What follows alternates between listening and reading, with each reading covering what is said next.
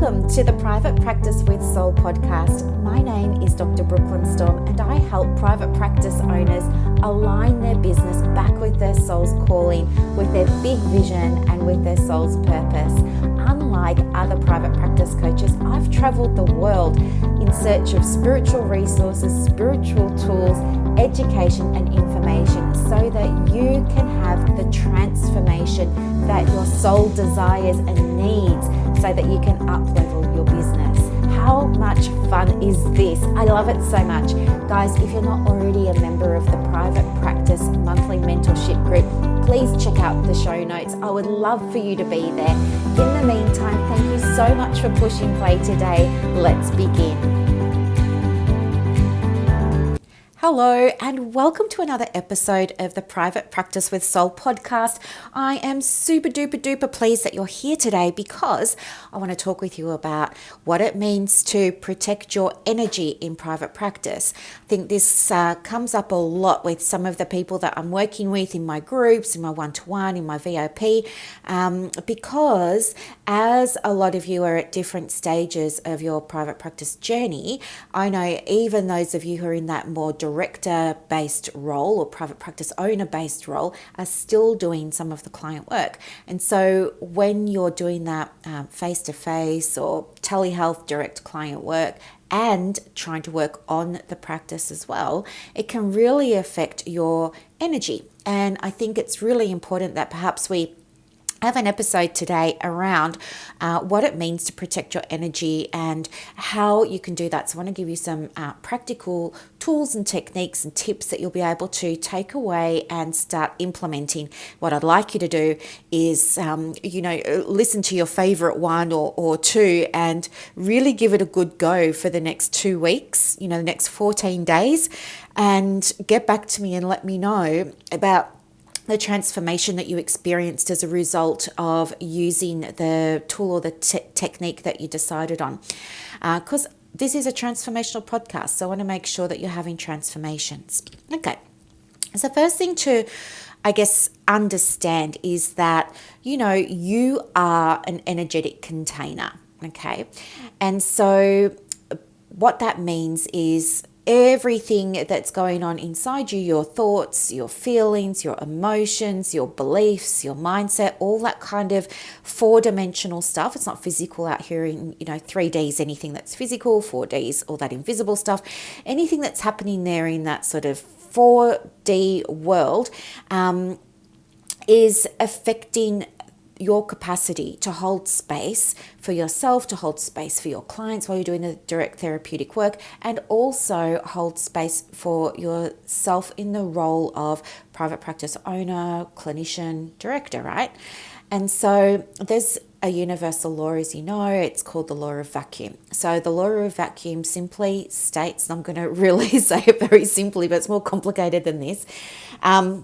It simply states that when we clear something out, we create space for something new to come in. And I've spoken about this on previous podcasts, so I won't belabor the point. But to give you a little bit of an example, think about a time you've ever cleaned anything out, whether it was your filing cabinet, whether you cleared off your desk, your wardrobe, your Tupperware container, cupboard.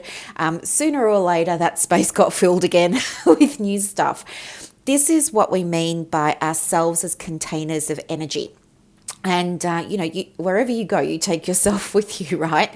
And so one of the things that you absolutely need to first, be aware of is that you are a container for energy. And secondly, that, sometimes that energy is working against you instead of working for you. And with that awareness of how the energy is working, you are then empowered and put in a position of responsibility to start clearing that energy and clearing it regularly, because it can absolutely impact how you show up for the business, okay? It may also impact the way that you're showing up in that direct client work as well for some people, all right? So, managing your own emotions. Now, this has come up for me this week because, I had a bit of a difficult situation with a client and I was absolutely triggered. But here's the thing. You have to remember that whatever that client does or whatever that person says or whatever behavior they engage in, you know, you are responsible for how you feel, okay, and vice versa. You know, whatever you're doing might be triggering them, but you're in no way responsible for their behavior, right? We are each as individuals responsible for ourselves, for our own responses. Okay, so whatever is being triggered, you have to understand from a spiritual perspective, it's coming through as a lesson for you. It's the universe saying, hey, there's something here that needs to be attended to, there's something here that needs to be cleaned up. And so, you know, it's not always easy to see the lesson because, you know, when you're triggered, you know, 9 times out of 10, you flip the switch and you go into emotion, don't you? You experience all sorts of emotional stuff, and then that makes it really hard to think clearly and logically.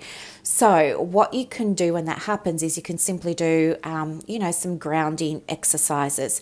For me, I had to do grounding exercises. Like, I knew I needed to do them, but I just wasn't in the mood yet. Like, I was still sort of so triggered and still caught in my own head and still caught in my own emotion. And just the idea of doing like a grounding exercise, I was like, it's too hard. I can't right now. I don't want to right now. And I just really wanted to stay in that space of being triggered, which is so interesting to observe. But the other thing too is that for me, what worked was getting into that sort of masculine energy first. For me, that was looking like just being really still. I turned off my computer. You'll notice I didn't post on my social media yesterday. I barely posted in any groups. I always honor my private practice mentorship group, and I always jump in there and support them and look after them. But apart from them, I didn't see any clients. I sat in front of Netflix. I meditated for about a total of 2 hours throughout the day. I kept doing like 15 and 20-minute meditations. I'm not one to sit there for 3 hours in a row. But I got obsessed with doing all these different meditations, so I started doing those. And then it was a matter of just sitting outside. I bought this really nice sort of I don't know what you call it. It's kind of like, it's a canvas chair. You know, you kind of lounge back in it, but it's kind of like a hammock. Anyway, so I was sitting on that outside with a little blanket over me, just with my eyes closed, just allow myself to tune into nature. And I didn't have shoes on. I just had bare feet on the grass, my face up to the sky. I was nice and warm. I was smelling the fresh air. I could hear the birds. I could smell the fruit. So I've got all these fruit trees in my backyard. I could smell the fruit. My dog, Gabe, he was there and I was patting him. And I just sat out there for maybe about an hour as well. And I just allowed myself to ground down then into the earth. And my technique for grounding is so simple. What I usually do is either I'm sitting or standing, but as I said yesterday, I was just in my deck chair lounging around. So my feet were on the grass.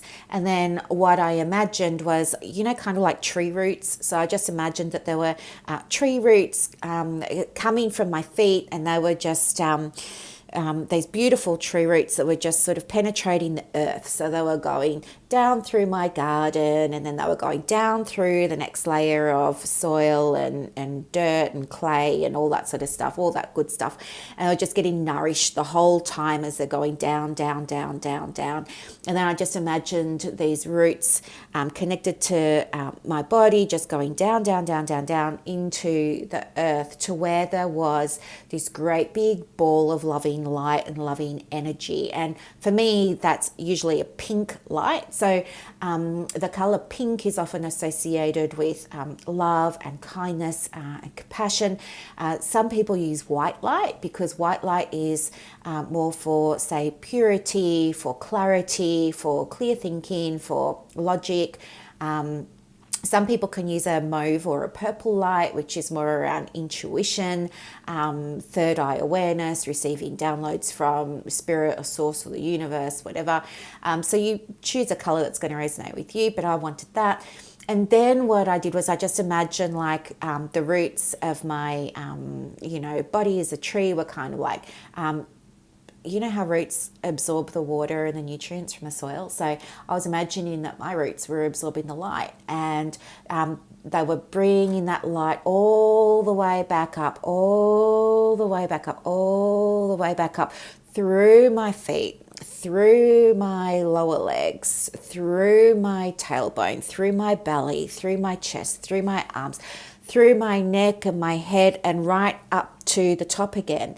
And they're coming out through, so it's like this column of lights coming now out through my head and through my crown, not through my head.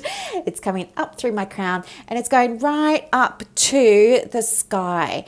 And in the sky, you know, there's the stars, there's the moon, there's the sun. And so what I'm doing is I'm allowing myself to be a vessel, to be a conduit, to be grounded from below and supported from above. I'm receiving good things, good energy from above. I'm receiving good energy from below. As I breathe in, I'm drinking in this light. I'm drinking in this energy. I'm replenishing my body. I'm replenishing my mind. I'm replenishing my spirit. And I do this for just as long as it takes. I don't set a timer. I don't tell myself this is going to be a 1 hour thing. Sometimes it might only be a few minutes. Other times I just really enjoy allowing myself to imagine that I'm drinking up all of this goodness, that I'm returning my body, mind, and spirit to a state of wholeness by allowing myself to be supported again by the environment, by the universe, by what's below me and what's above me. And so that's just a strategy that I use. But anyway, I get off the track, don't I? I was talking about when you get triggered. So when you get triggered by a client, that's not on them, that's on you. And it's a lesson for you that there's something there that you need to clean up, right?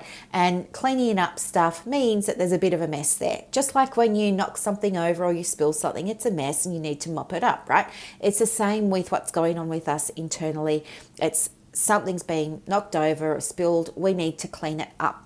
Cleaning it up can look like doing some of that inner work around, well, what's come up for me with this trigger? What has this person reflected back to me perhaps? You know, maybe it's something you already believed to be about yourself that you don't like believing about yourself, and now here's this person holding up a mirror for you and it's a bit confronting, you don't like it, and it's made you feel really yucky and uncomfortable. So have a think about what has been triggered.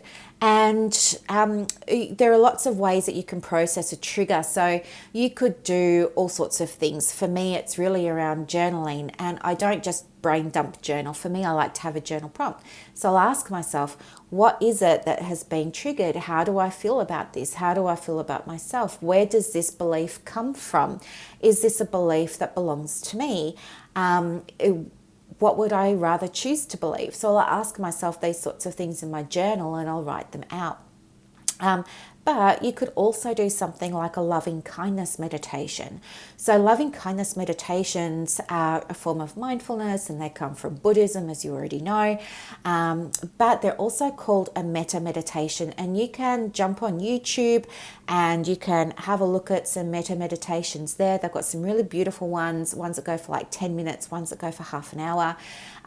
You can also jump onto, I think it's Gabby Bernstein. She has on her webpage, she's got, I don't know if she calls it loving kindness meditation or a compassion meditation, but it really talks about how you have to, you know, close your eyes and imagine, you know, perhaps some, you picture yourself in your mind's eye and you wish yourself love, you wish yourself good things, you wish yourself happiness and joy, like positive things, right? And then you remove that picture of yourself and you replace it with a loved one. You say to them the same things. I wish you love, I wish you happiness, I wish you joy, I wish you health, I wish you all good things, and, you know, whatever. And then you replace that with maybe a member of your community. So it might be a neighbor or somebody that you like to see at your local shops that you've got a bit of a connection with, doesn't matter, a colleague. And you think about them and you wish them health and happiness, kindness and love and all good things. And then what you would do is you'd bring to mind the picture of the person that is bothering you or has triggered you or has caused you to feel not so great, and you would do the same thing for them, right? And then you just kind of release that and you let it go. So that's another way that you can do it. But there are many different ways that you can process triggers, and it's probably a whole other podcast. And if you guys have done podcasts on how to release triggers, let me know, because I'm happy to share them with my community. I send out emails once a week, and I don't mind sharing your good content with my beautiful, loving audience there. I'm sure they would love to hear about what you're working on at the moment. So the other thing that you can do is, aside from being aware of the importance of having this clean container of energy, you need to know how to clean it. We've already started talking about that.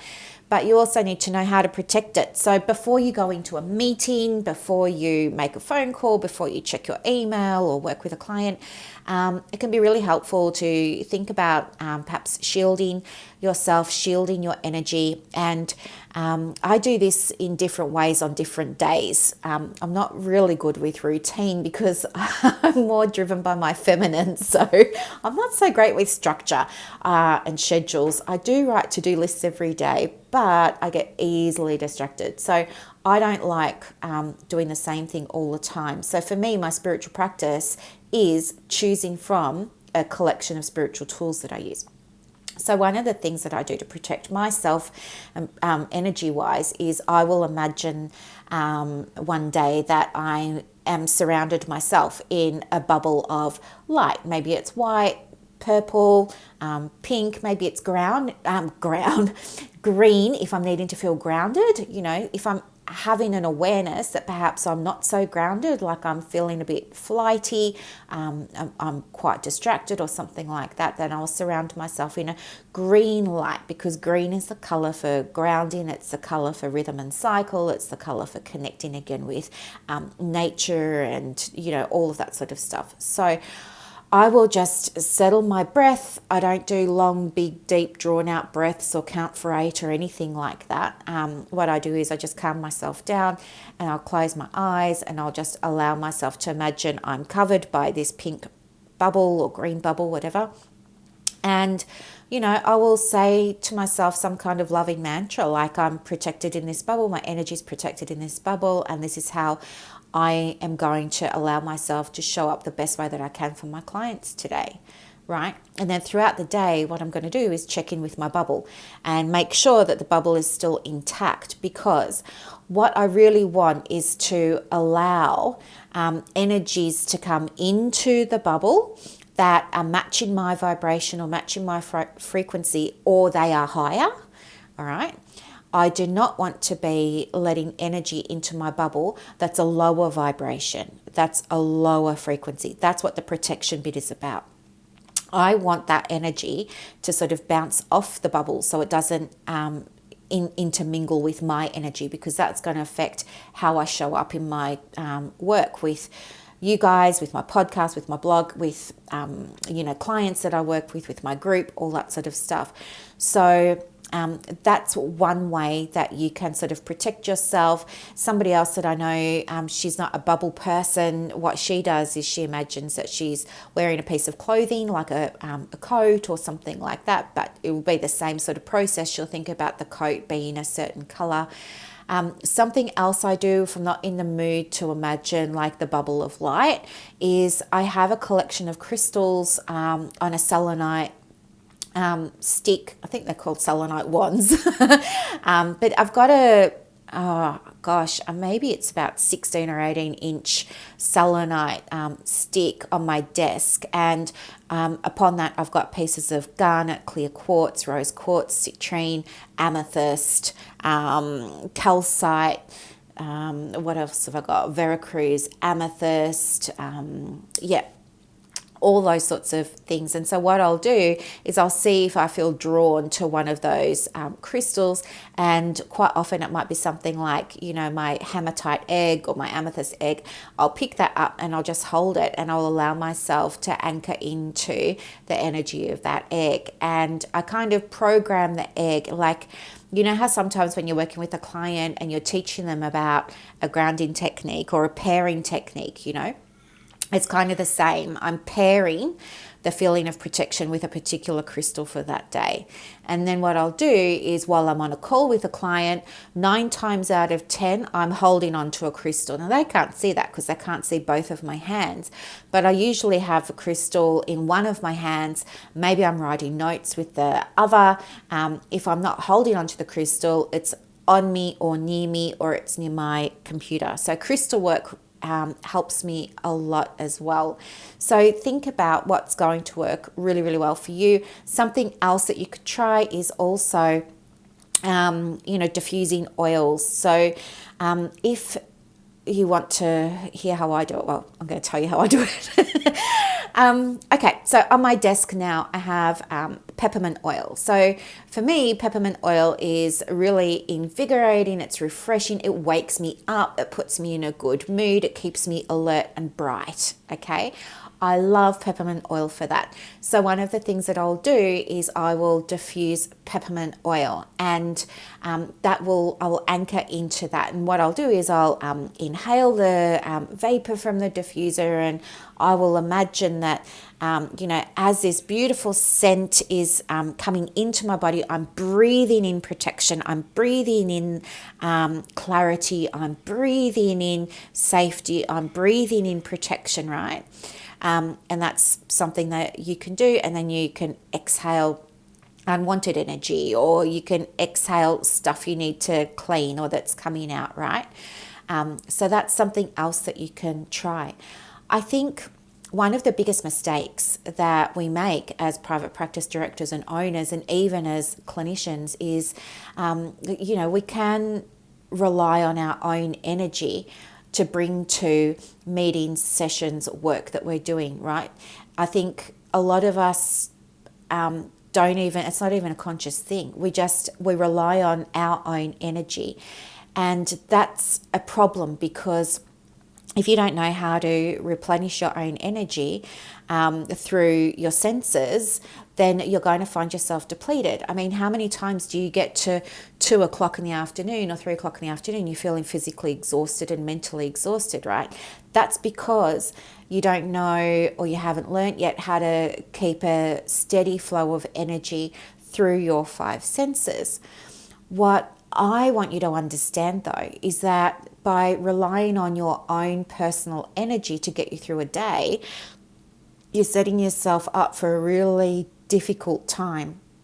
What about if you tried to draw upon energy from the earth? What about if you tried to draw upon energy from, your belief, from, I call it faith, but I'm not talking about religion. If faith is religion for you, that's fine. But for me, faith is about trusting in the process, trusting in the universe, trusting in my practices, trusting in,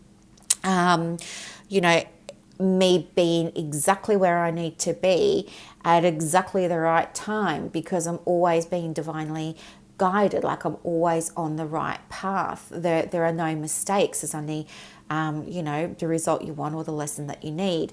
So by leaning into that, it means that I'm using that energy. I'm not relying on my own physical energy through my 5 senses. I know that at any given time I can do a meditation and I can call upon the energy of the earth below me, the sky above me.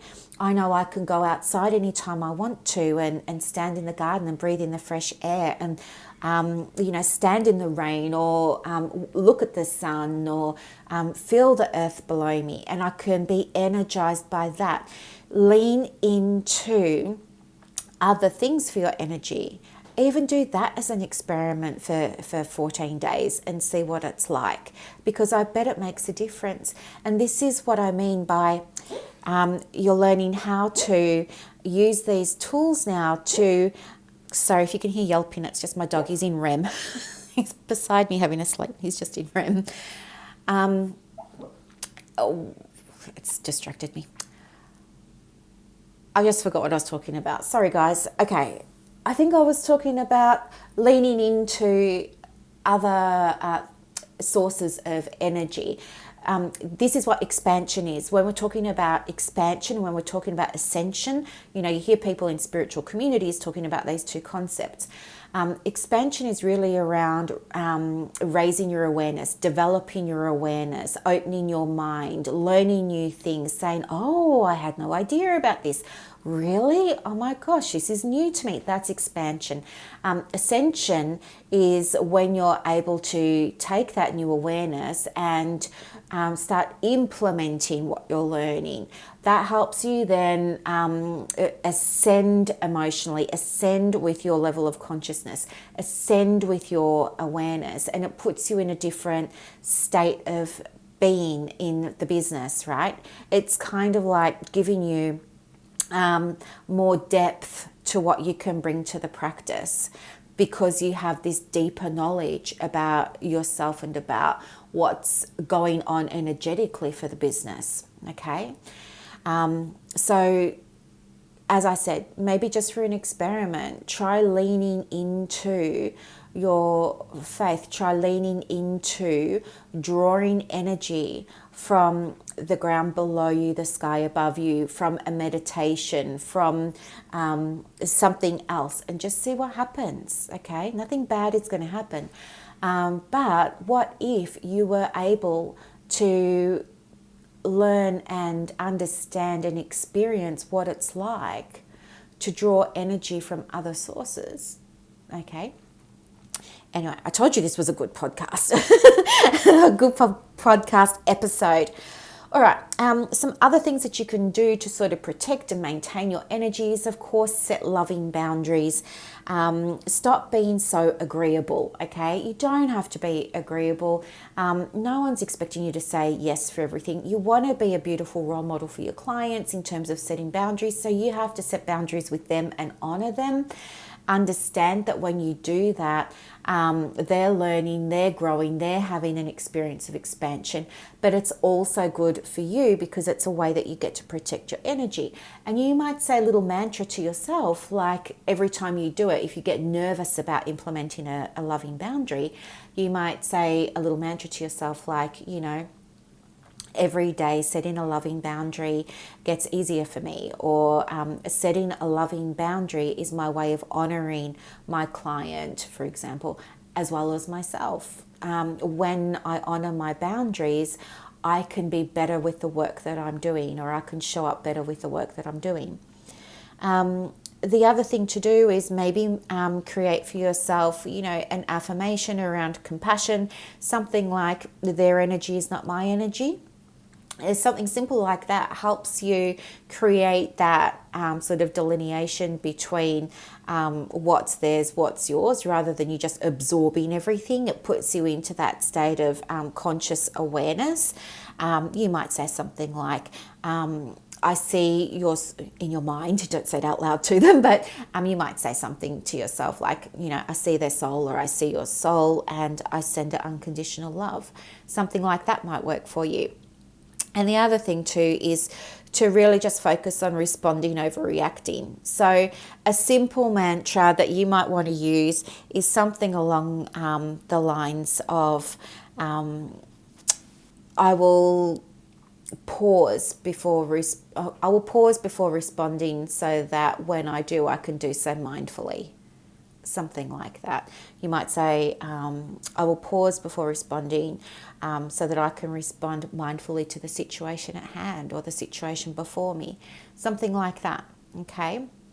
So, and the very last one, of course, is if you're wanting to learn more about how to do this as it relates to you personally and as it relates to you with your private practice, find yourself a mentor, a spiritual mentor or a private practice mentor that sees things through a spiritual lens, that gets it, that can support you through the journey because she's got lived experience herself. And I'd be absolutely somebody that you could, access for that kind of support. And if you're wanting that, let me know, because I do have lots of different ways that I can help you. You don't have to have one-to-one coaching if you don't want. I've got groups and email lists, all that sort of stuff.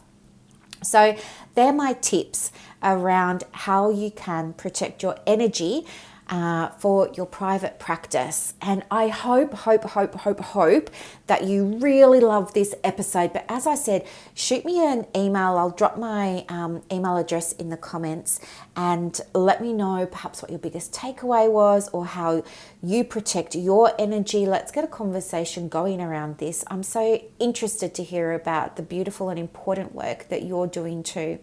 And guys, thank you so much for listening. Welcome to all the new listeners. I'm so pleased that you're here. Maybe go back through and binge listen on some of the previous episodes, because I do try and make them all transformational so that you can grow as a result of listening to these. Thank you so much, guys. Have a beautiful day. Bye.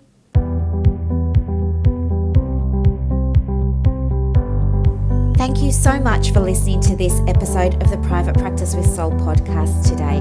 If you're looking for clarity, if you need help with branding, your processes, and bringing everything into alignment with your soul's purpose for your private practice, head to the show notes and click the link for more information about the Private Practice Monthly Mentorship Group. You are going to love it. I can't wait to see you in there. Thanks so much for listening. Bye.